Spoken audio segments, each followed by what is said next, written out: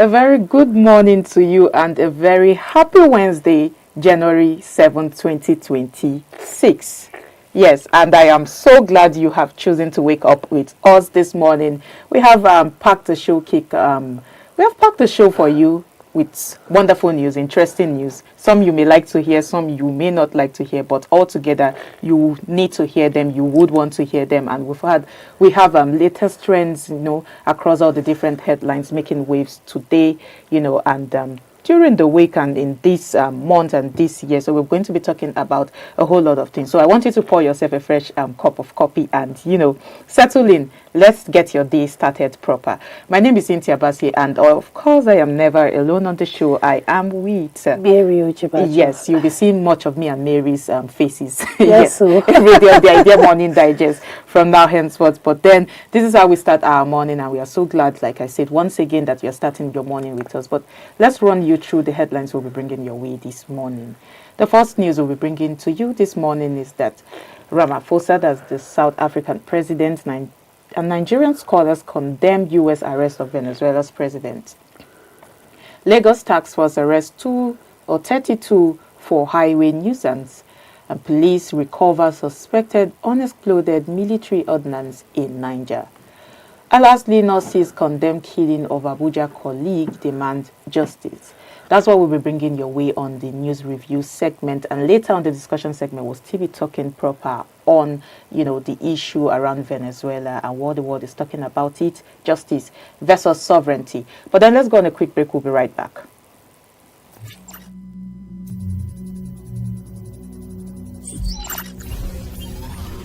"5G technology. 5G technology promises to be a game changer by delivering ultra-fast internet speeds, low latency, and the ability to connect millions of devices seamlessly. It's going to fuel the future of smart cities, autonomous vehicles, and IoT devices, allowing them to communicate in real time. However, 5G rollout isn't without hurdles. High costs of infrastructure and regulatory issues in some regions have slowed down implementation.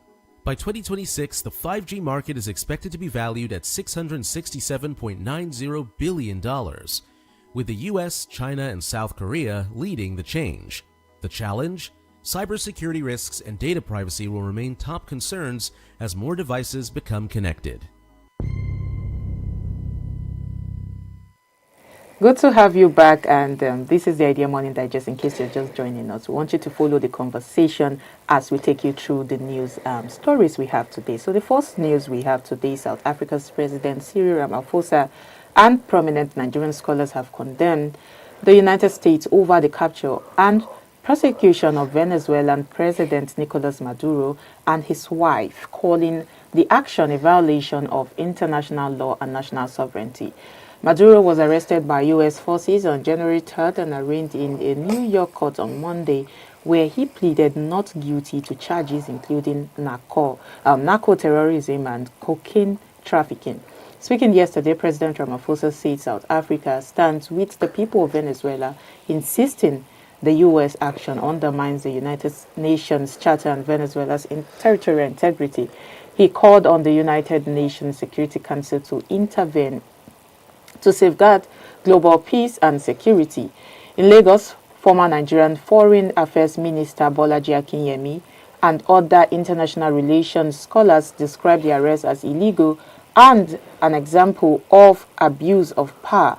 They questioned the authority of the United States to extract a sitting president from another country, warning that such actions weaken international law and urging nations to strengthen their capacity to defend their sovereignty. Now, we all know that this is not a new issue. It's trending, it's ongoing, the story is still unfolding. We still want to know what is happening, but this is what we're going to be talking about in the news in the discussion segment later on. But then let me just give my 2 cents. And when we hear of President Ramaphosa come to talk about something like this, it signals that Africa is watching, especially because just not long before now, Nigeria experienced similar interference, if I should put it that way, from the United States of America. Of course. I mean, first of all, a designated country of particular concern. After that, so many, controversial statements by the US president. And as at that point in time, that was just few months back, a lot of people were arguing about, sovereignty or no sovereignty.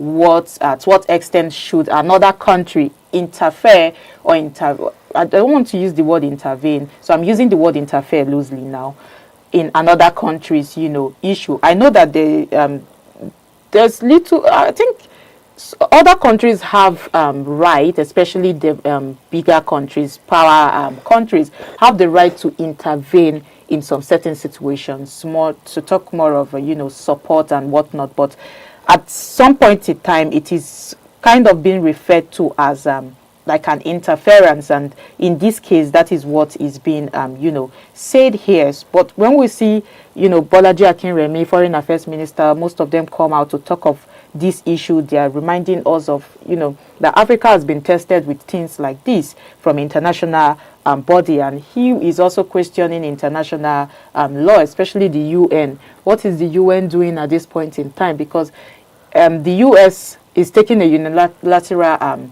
action, which is not really welcomed around the world. I think not just Nigeria and South Africa are complaining about this. I think the whole world, even AU, is complaining about it. But Mary, what do you have to say? I think I do not have much to say. I'm waiting for the discussion segment. But at the same time, I feel, to me, I don't see it. It's not sitting comfortable with me, because arresting a sitting president and taking him to your own country is looking somehow very looking demeaning to me. Because what would the people of that country say, that they do not have power or choices to make? I know he must have done something to warrant that arrest, but the way they even came in to take him and everything is not looking like they gave him that respect of a president, that he is a sitting president. Well, anyways, they would have their reason to, and I reserve my comments. Exactly. Let's see how this story unfolds. Let's see if these US are on the right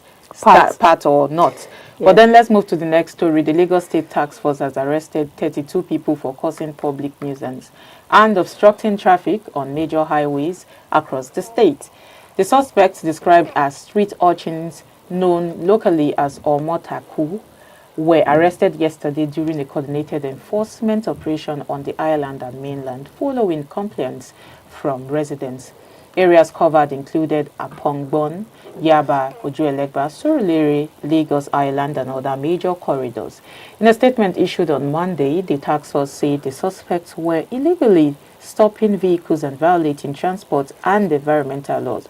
The task force chairman, Adetayo Akerele, said the operation was part of ongoing efforts to restore safety and order on Lagos roads, adding that those arrested have now been charged to court. I think if things are taken very seriously like this around the state, all these people called the Agberos will actually have respect for themselves when it comes to all these road policies, because I can see that sometimes they just want to, this process can even lead to stealing of things, putting people's life in danger, because they do not have a particular reason why they are acting the way they are acting. Maybe it's out of the fact that they want extra cash or something. That's what I feel.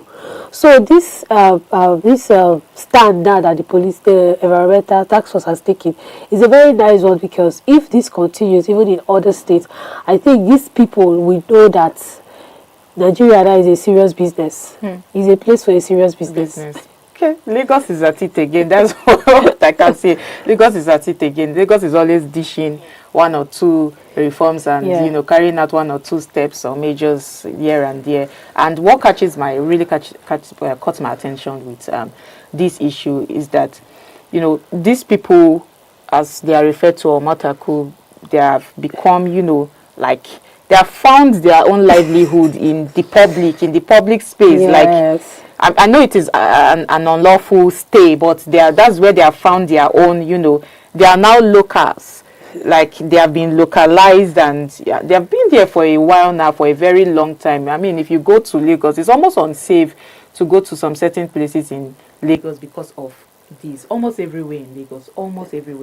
But then, something I need to state is, first of all, I don't want to romanticize illegality. Yes. But I just want to put it into context, because when what's his name, Adebayo Akerele, when he says that this is about restoring order, I think he's very right.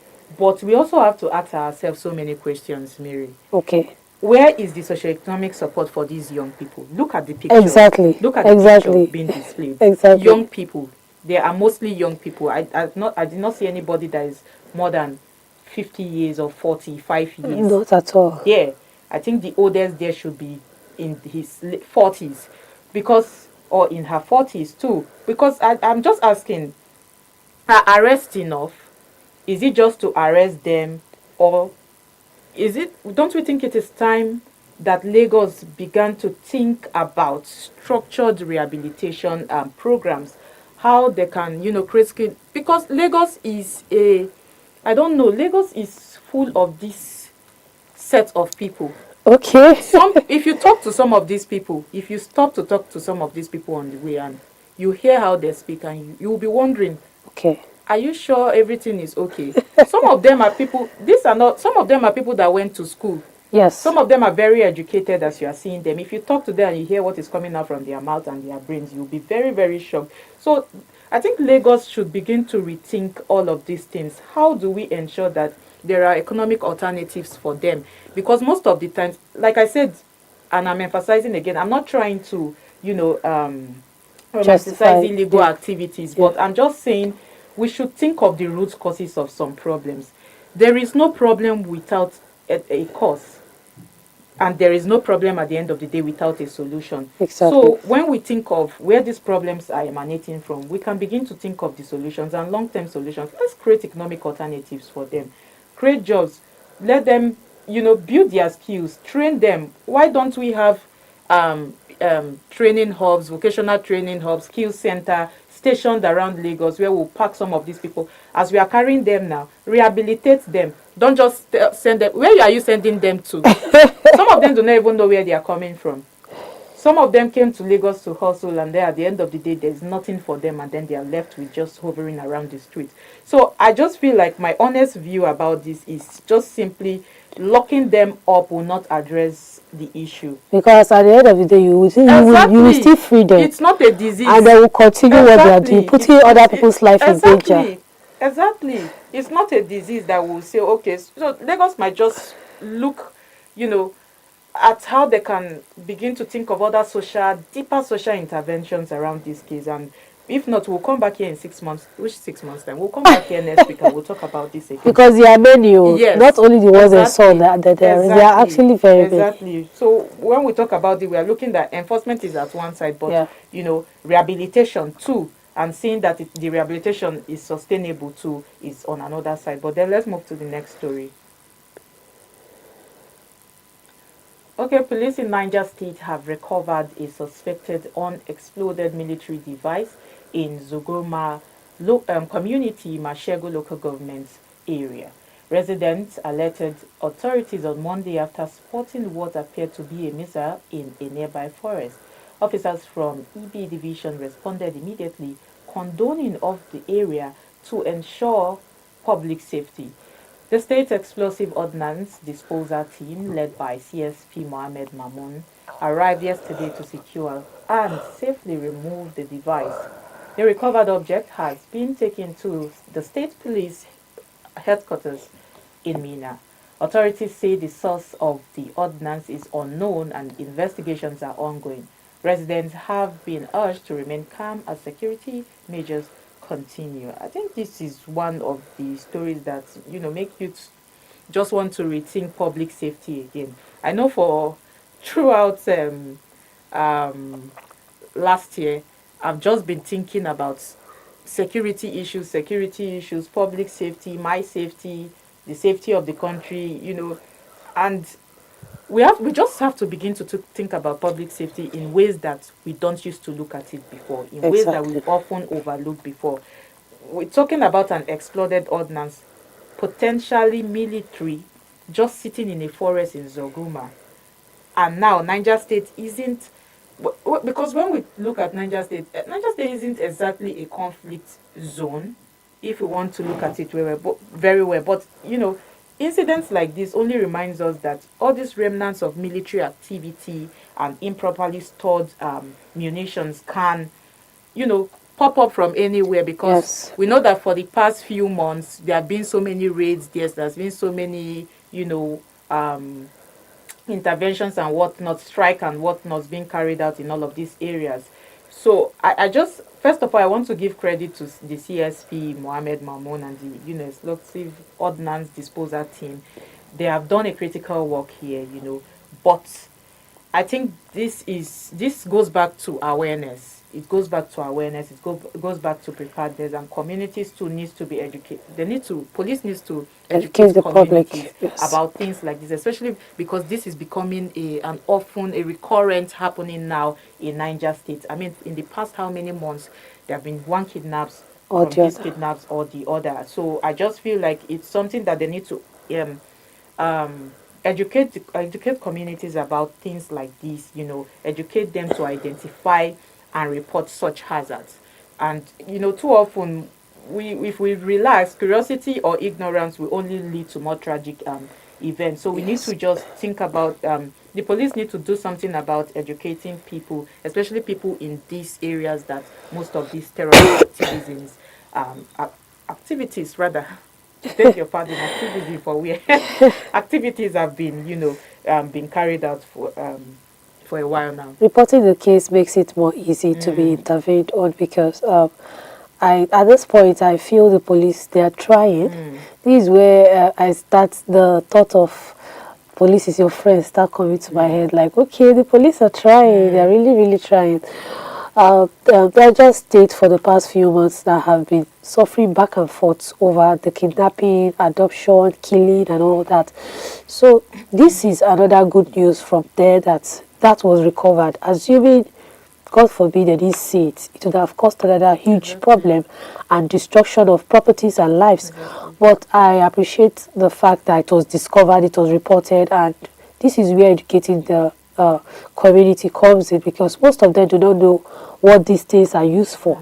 So I like the fact that it was actually discovered, and with this they can tell, most especially farmers, because all these things are found in the farmlands. Yes, exactly. They can tell them, if you see something like this, report, call, so that we can help save more lives, we can help protect the community more. So it's an applause for them. Yes.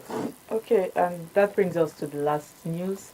The National Association of Nigerian Nurses and Midwives has condemned the killing of one of its members, Nurse Chinemerem Pascalina Chumeziem, who was in active service of the Federal Medical Center Abuja.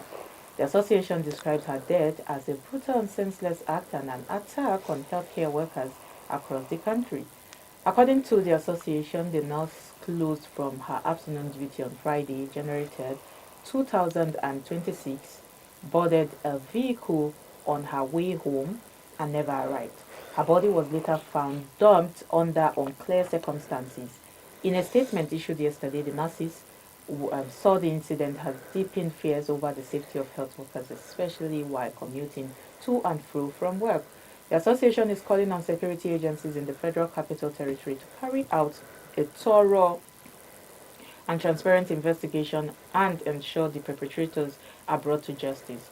It is also urging authorities to strengthen security around hospitals and transport routes, warning that continued inaction could further endanger lives and undermine confidence in public safety. It's still talking about public safety, Mary, and this one really hits It's a hard sad one. because like I said before, aside terrorism activities and whatnot, I fear, because there are so many security challenges we've been experiencing in Nigeria for the longest now. Talking about kidnapping in the FCT here, the one chance is not a new story. Yeah. And I still fear until today. And this story really hits me hard too, because I'm somebody that work late. So I have to, commute back home late. And what if something, every time I go back home, I'm always scared when I'm on the road, because I have to think. But then you just have to pay all diligence to your job. But then your life is at risk as well. So when we talk about public safety, we are talking about a whole lot of things. Now, this time it is a healthcare practitioner, a nurse. Who will it be next? And this is where Abuja, the Federal Capital Territory, needs to tighten its security. This is not just about health workers. We're not just talking about health workers alone. We are talking about, the growing insecurity in the especially in the FCT. It's not, and we know that. And why I even made an example with our own work line is because, just like we work late, the healthcare workers have to go home late. These are people that are important, have to go home late. These are people that are important in the society, and our lives are being threatened. So I think these that the National Association of Nigerian Nurses and Midwives have done, I think I stand with them to raise this alarm. Their call to strengthen security is very, very crucial at this point in time, because, Mary, let's be honest here. This is also a reflection of broader systemic failures. Yes. Like I started saying before, transport security, urban policing. What are they doing with? I've been talking. I see that. Let me give it to Wike, the FCT minister, for putting street lights everywhere. He has been doing wonders with that, and I really like. I commend his effort for that. I mean, come to my streets, go down to, but it shouldn't stop at just one part of the road. I think it stopped at the airport road in Abuja, and then when you are going down after Soka or so, that's like the end. If you go to Ido, it's pitch dark, you can't see anything. So it should continue. The effort should continue like that. I know they are doing it small, but I don't know where it wants to get to, but they should do more with security. See how we can put surveillance cameras, on streets. See how we can put it on highways as well. If you go to the US, go to other developed nations, there are cameras on the highways. You can track everything. You can track what is going on. You can track movement. You can track cars that are going out, coming, and a lot of things like that. But in Nigeria, I don't know.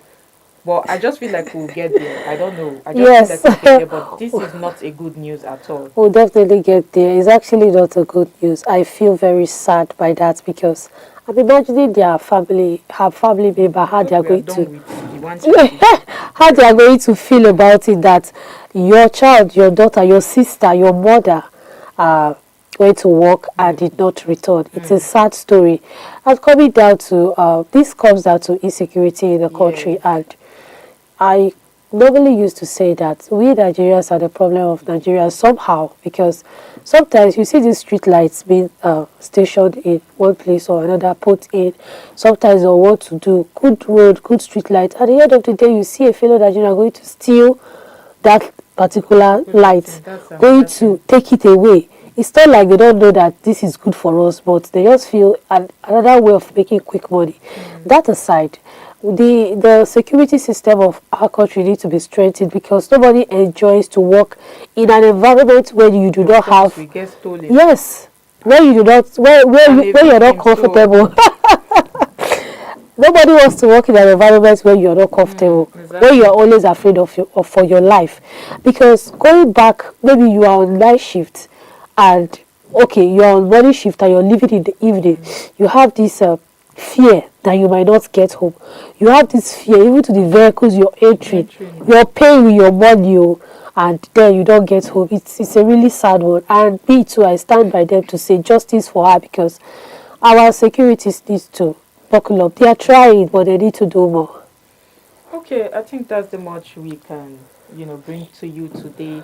And if you have anything to say, if you have opinions, if you have ideas regarding if you want to add to what we have talked about today, give us new, things to talk about. You can send them to us at Idea Television, all our social media handles, and of course via our email, Idea TV Limited. But then let's look at the recap of the headlines we brought your way. President Ramaphosa, Nigeria scholars condemn U.S. arrest of Venezuela's president, and Lagos Task Force arrests 32 for highway nuisance, and police recover suspected unexploded military ordnance in Niger. And lastly, nurses condemn killing of Abuja colleague, demand justice. Okay, we'll go on a quick break now, and when we are back, we will bring you up to speed with the discussion segment proper. Number 6, digital twins for cities and industries. Digital twins, real-time virtual replicas of physical systems, are expanding fast. Singapore has already built a national digital twin to simulate urban planning, monitor traffic, and manage energy use. In manufacturing, companies like Siemens and GE use digital twins to model factories and machines, cutting downtime and improving efficiency. During the 2020 Tokyo Olympics, organizers tested digital twin technology to manage crowd flow in logistics. Analysts at Deloitte predict that by 2026, nearly 70% of large industrial companies will use denounced by South Africa's President Cyril Ramaphosa, denounced by South Africa's President Cyril Ramaphosa and all other prominent Nigerian scholars as a violation of international law and national sovereignty, has ignited global debate on the limits of power, international norms, and the future of regional stability. So I want you to stay with us as we try our best to unravel what this means for global order and for Africa's role in defending sovereign rights. So Mary, let's talk about sovereign President rigs. Because, you know, when I first read this, when I didn't react with shock. When I first saw all of this news, I didn't react with shock because, you know, geopolitics always have that way to play out power, you know, to do their own power plays. But I was just very struck with the boldness. I know that the US president have been flexing power somehow because it has happened to our country somehow. But I was just shocked with the boldness because in their case, I know we are talking about sovereignty. Yeah. We are talking of sovereign nations. But the case of Venezuela now is even more, is different from the case of Nigeria because we see the US go out. I heard that they've been training for months to carry out that operation. I mean, they have been training, and according to him, the team, the military team that carried out, or the US military team that carried out that operation were, you know, categorized by young people. I think the oldest should be like 35 or 36. That was what he said. Like the president of the United States has flexing power. But when we want to talk about sovereignty here, you know, we know in academic terms, if we look at sovereignty, you know, we'll say, it's a sovereign nation, you know, people should not interfere. But we have seen that on the 3rd of January, it became real in a way that we have never seen before. We are seeing, you know, global powers like the US using force inside a sovereign nation, inside a sovereign state, to seize their leader and fly into its own court, the US court. I don't mean Venezuela's court. They flew him to their own court, to the US court. And the lines are very blurred here for me. I'm just thinking between policing and, you know, we're talking about justice now. I'm just thinking about, okay, justice, yes, this president must be brought to justice, you know, but he pleaded guilty for all of these charges. If truly he has been committing all of these crimes, you know, all of these anomalies, carrying out with all of these illegal operations, you know, trafficking drugs and whatnot, then I'm saying justice needs to be served. But when we talk of justice needs to be served, we are not talking of using coercive, you know, that power. We are talking of using, the optics matters here because, let's be honest, and I know a lot of, most pundits will not, you know, want to voice this, but I'll say it. Even if Maduro is guilty of crimes, this is not me trying to, you know, justify Maduro's action. But I'm saying even if he is guilty of all of these serious crimes and allegations, because I remember that even the country, the citizens of this country have complained of some systemic failures with his regime. But then, plus all of these, you know, criminal charges. But if he is guilty of these crimes, then I do not stand with is the method to which the US have used, yes, on this matter. That is where the problem, I think, lies for me. And if one powerful nation can, you know, override another country, another state that says it is a sovereign state, whenever it wants, it has even trained to carry out the operation, then I'm just looking at what is going to stop other developed nations too from interfering with other, should I say, other nations that are not really regarded as developed nations. Talking of Nigeria now, talking of Ghana, especially so many African nations, what is going to stop all of these other powerful nations? That means tomorrow China can wake up and say, I want to, strike in Ghana, or I want to strike in Nigeria. What is stopping them from similar interventions? If we say the definition of threats, has become very elastic, that other sovereign nations can interfere in another sovereign nation's, problem. So I find it very scary. I find it scarier than the crime itself that they said President Maduro has committed. Okay. This interference and whatnot, it brings a lot of fear to my mind. I mean, the way he was taken from his residence is actually alarming. Like, he was not even treated like a president when he was taken out of that place. I feel there are other ways to go around these things. If he actually has been committing all those crimes, which it was stated that he was committing, there were other means of getting him. There were other means of, he can be invited. He can be invited. I just feel he can be invited other than just entering his house in an unannounced form, taking him unaware, and his wife along with him. I mean, he's a sitting president, for Christ's sake. He's not like he's an ex-president. So it's very alarming. It's very alarming, and like I said, very demeaning too. Because let's respect his position, no matter his offense. Let's respect his position, and this will put fear, like you said, in other people's mind. Like, okay, does it mean that we can just be walked into like that, taken like that, without any explanation?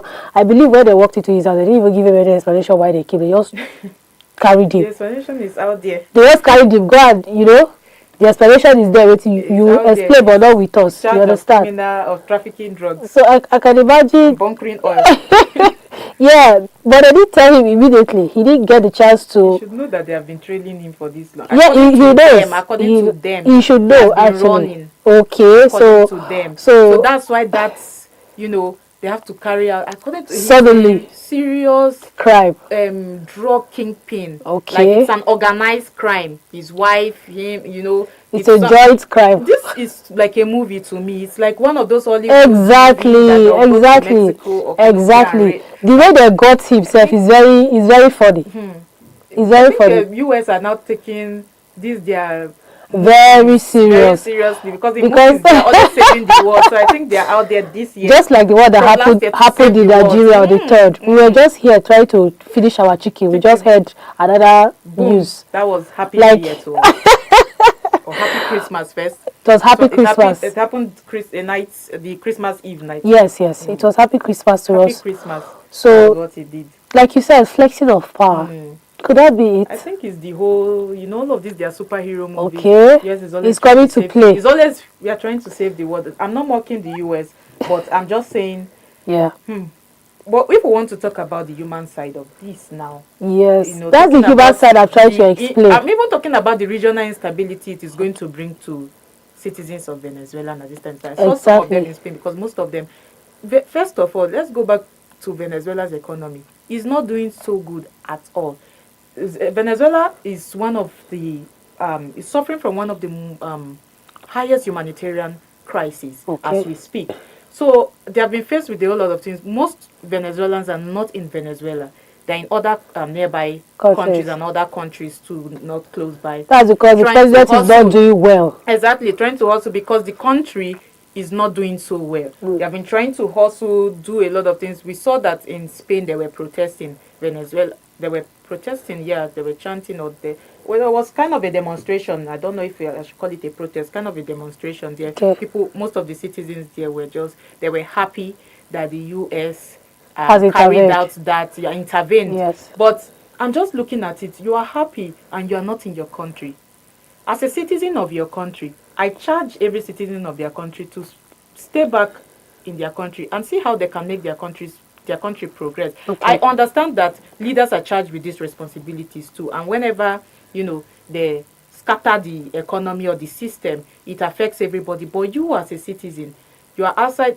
Most of the time, I think it's most of these people who like to japa, that like to, the Japa call squad. out their countries the Yeah. most. But I think it's our responsibility. It's a collective responsibility. Every citizen must see how their country is going to be developed. You want to represent your country out there, and you want to represent your country in a good light. Of If your course. country is being mistreated like this for whatever reason, or if you are not representing your country well, your country is not represented well outside the world, I don't think you have grace outside the world Of too. course, yes. People will mistreat you as well. People will Yes. not give you chance at all. So I feel like whatever happens to the country, it will affect. If you like, fly to the moon, it will affect you there. The aliens there in the moon, I don't know if people believe they are aliens Because or your anybody in the country moon, is but your then, country. yes, they will treat you different. They will say, oh, is it not that country that they are doing like this, doing like this? I Last year, Wole Soyinka was still complaining Okay. about how he's been treated in airports. I think his visa was revoked or something. He was saying a lot of things. And that is not the first time. This is a man that has lived through decades, and I've read his books. I've read I most of have his to. poems. I have to. And some of his poems complains about, all of this, how Africans are being treated, how Nigerians are being treated, how black people are being treated and whatnot. So about representation, he mostly complains about representation. So if you say, me, I don't live una for this country, now una sabi, Definitely. you're shooting yourself too.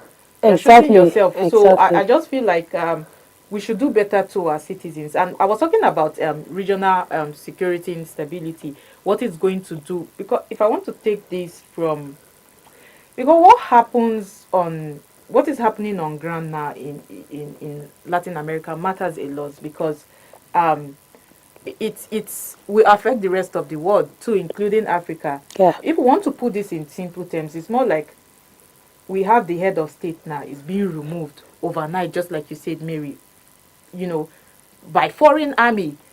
And I'm just looking at it. It creates that power vacuum.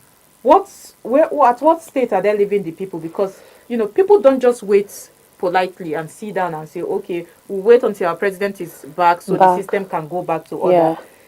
They are protesting. People are rioting. People who want to flee. Different things will take place. People want to start, the whole Japa thing now will increase. Of They course, will want to yes. start moving. Remember, most Venezuelans are not in their country. They are seeking greener pastures elsewhere. But then, Now that the we are trying president to is cut some of taking, it. It will increase. All of it these will things will increase. begin to stretch all of these So where interests. where Will is the stretch them solution? thin. Where is the solution that they've put on ground You already get before taking their president? No matter how you would say the I president is think terrible President Donald Trump came out and said US will preside over over. them Okay. until, I don't know, until God knows when. But President Maduro he's pleaded not guilty. So I don't know. Like I said, we'll keep seeing how this case It's going unfolds. to And turn do not out. forget, we'll have an expert here before the week runs out to come talk about it proper. We are just seeing it from our own Old lens, perspective, yes, yes. but then we'll have an expert just come talk about it, and see what this really means when it comes to, let's get a better I remember we started talking about the issue of sovereignty first with the Yeah, Nigeria case, yeah. but let's get a better, because this Understanding. sovereignty talk now is becoming a real talk. It's Of becoming a course. real talk. And let's talk about international law and that multilateral response, because most of the blames have been shifted to the UN, Okay. because they are like, the UN has like that power to more like, let me put it in a simpler term, more like protect the rest of the world, Okay. especially. And the UN made it clear that they are going to protect, according to their office, the office of the UN human rights chief, that when he stated that this kind of actions will undermine the entire architecture of international law that's supposed to protect weaker states and from whims of the powerful nation. So it's more like they have paid their allegiance to the weaker state and say, we will back you in times of problems. So at this point in time now, we've not heard the UN come out to say much about this, and people are asking if an intervention must be made.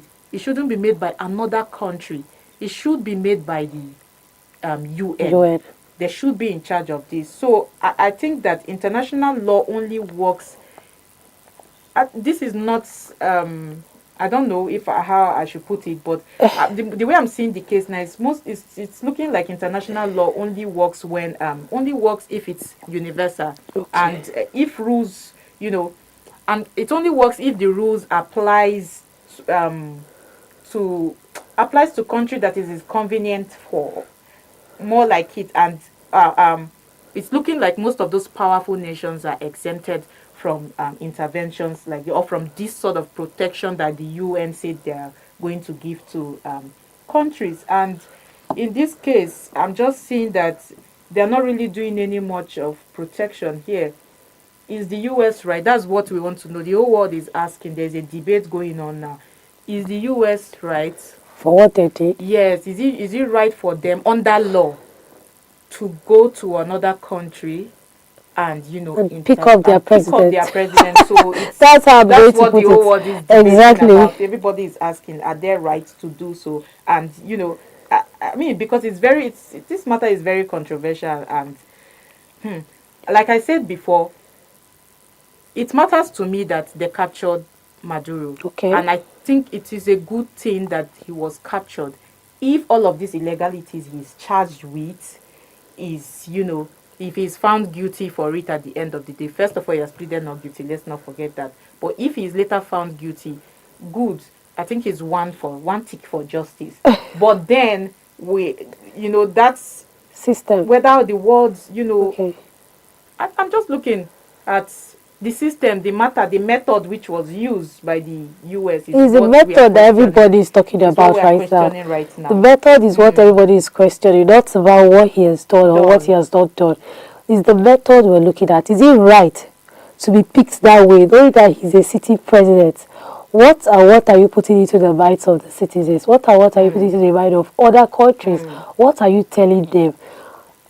Actions gives many different interpretations depending. So I feel other countries will start feeling, okay, if this can happen here and also happen in Nigeria and also happen, that means we are not safe. Anything can happen. Anything can happen at any time. Anything can happen. Even talking about their oil, what do they call it? They have, I think Venezuela sits on the largest proven oil reserve on earth. Okay. Yes. So I think some of these disruptions there is not just us coming out to say because people want to talk. It is affecting the whole world because it is going to affect global markets. Yes. It's oil. We are talking big talk here. It's oil. So it is going to affect the global market. It is going to affect Africa. So Africans. So when we come out to talk about it, we are not just coming out to talk about it. Tomorrow when we start seeing spike in oil prices, we know where it's coming from. We remember what happened. Russia and Ukraine. They're still suffering from it. Transporting flour, wheat, and all of those things. It affected the global market so much that people would say, but it's not my country, so why should I care? It is the whole world. You're a human being. You're on this earth. There's international trade going on, so it's going to affect the global markets seriously, painfully. And if external companies, how would I put it, hesitate to invest in Venezuela, who will suffer? The citizens of Venezuelans will suffer at the end of the day, because all of these things we are seeing now, it's only bringing instability. It's going to tighten. It's even going to tighten insecurity. I was talking about migration. Yeah. Let's even leave migration. People can now, come into their country, do whatever they like, unnecessary global, infiltrations, and all of these things will be tightened. Markets flow will be tightened too, and that could push a lot of things to be on hold, and it will affect a lot of economies, like I've said before, in ways that aren't going to be headline sexy. Let me put it like President Trump. He will say, like our president, President Tinubu, you say sexy, but it's going to hit people. It's going to hit people very hard, so bad, and it's going to hit people. So why politicians, why people, citizens, everybody, the whole world are coming out to debate the legality of this issue, the illegality of this issue, sovereignty or no sovereignty. Business people are asking, normal citizens are asking, please, how are we going to eat? How are we going to carry on with life? But my issue now is, how are they going to correct this in the mind or in the eyes of people? Because with the debate going on, how are they going to, what do they want to say to justify their actions, really, if they want to?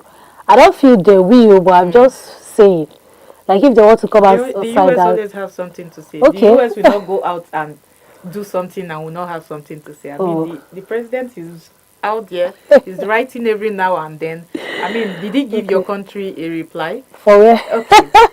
He went on with what after the whole, you don't call us a country of particular, or call us a country of particular, oh, it is good or it is not good. Oh, intervention or no intervention. When the strike hit Nigeria, you are here, you are everybody just heard it from his. I didn't know he was going to go through with that anymore. I know the US. I relaxed based the US are who they say they are. Oh. You don't take the US threats lightly, and you don't take President Donald Trump's threats.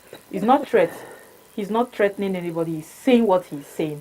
That is it. He's a very blunt man. He's a very polarizing figure. And when I think about him, I always remember. My mind goes back to President Muhammadu Buhari. He has that polarizing. He's a polarizing figure too. They have that. If this is it and this is it. But we know that President Donald Trump. Okay. Someone said on the social media had that since this has happened to Venezuela, are we expecting more in Nigeria with what is going on now? Exactly. I think that's why all of this African Union, African leaders, different parts of the world, everybody have been worried, especially Africa, because I saw a comment yesterday when I was going through socials, and somebody was saying, what concerns all of these African people? Why are they talking about it? And there's this group. I was watching a news station yesterday, and there's this group that came on, that were protesting. Okay. Was it yesterday, early hours of yesterday, or the day before yesterday? They were protesting. They said they are all of these socialist movement group, and they are Venezuelans, like they are Nigerians, but they, according to them, they are pro-Venezuela. Okay. I don't know. They were sharp protesting against the US, against the raid that they should, that it's not right, blah blah blah.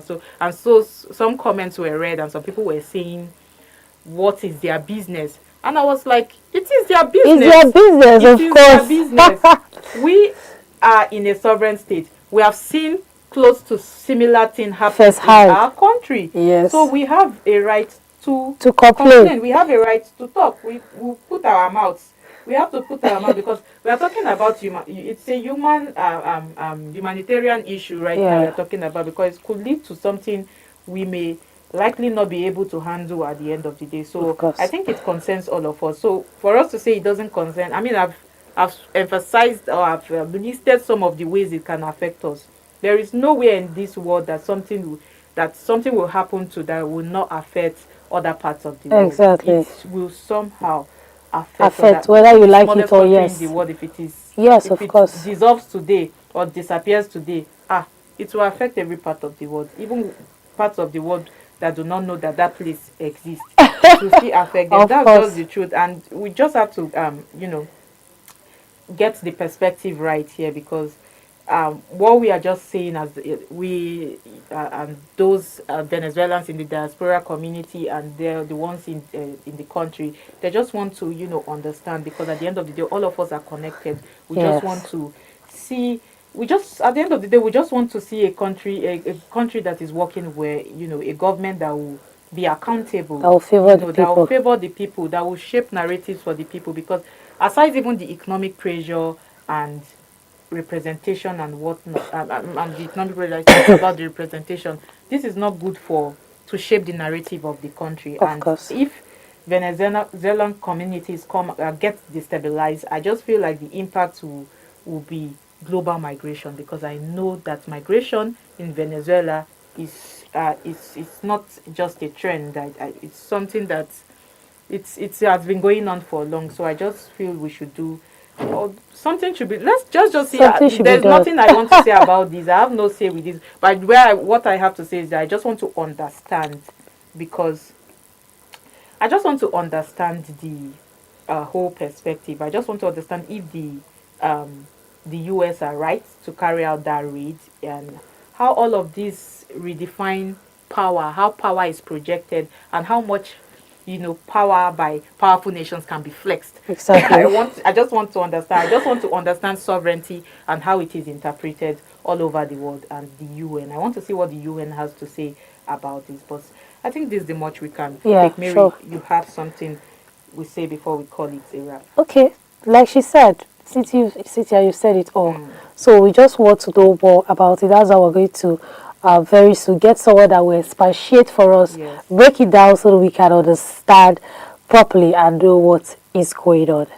Okay, that much said from Mary, and that's a wrap on today's, discussion on Segment. one of the most consequential, like I like to call Controversial. it, anything coming from the US somehow. This is not I'm not saying allegedly is somehow always controversial, but then I think we want to hear from you. Yes, we want to hear from you. You can continue to follow the story and join our live join our conversations on Idea TV. Join the Idea Morning Digest on my Idea TV every morning by 9, and share your views with us. And of course, do not forget to subscribe to our channel and check out our website for in-depth analysis, from the news and other expert reactions as more developments unfold.